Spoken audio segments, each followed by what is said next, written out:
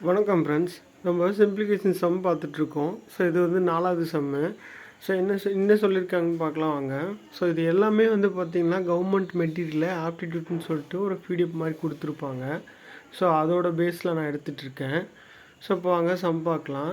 So ஒரு மற்றொரு எண்ணின் 12 மடங்கு ஆகும். அதாவது 12 மடங்குன்னு சொன்னால் நமக்கு என்ன சொல்லணும்னா 12 முறை மல்டிப்ளை பண்ணணும், ஓகேங்களா? ஸோ மல்டிப்ளை தான் அவங்க வந்து மடங்குன்னு சொல்கிறாங்க.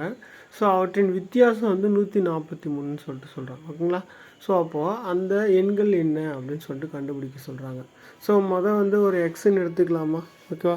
ஸோ அதுக்கடுத்து வந்து 12xன்னு எடுத்துக்கலாம், ஓகேவா? ஸோ அதுக்கப்புறம் இது ரெண்டோட வித்தியாசம் என்னன்னு சொல்கிறாங்கன்னா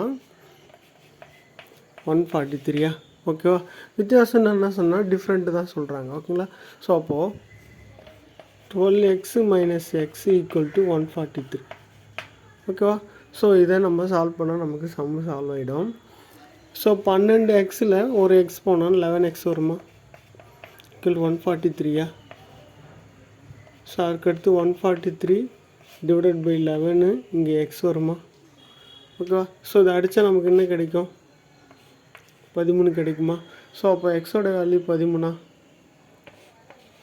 ஸோ எக்ஸோட வேல்யூ கிடைச்சிது. அடுத்து என்ன சொல்கிறாங்கன்னா, அதாவது ஒரு எண்ணின் மற்றொரு எண்ணை விட 12 மடங்குன்னு சொன்னால் நம்ம என்ன பண்ணால் 13 12 மல்டிப்ளை பண்ணால் நமக்கு அடுத்த நம்பர் கிடச்சிரும். 12 13 சார் 156, ஓகேவா? ஸோ அப்போ ஆன்சர் என்ன, டி.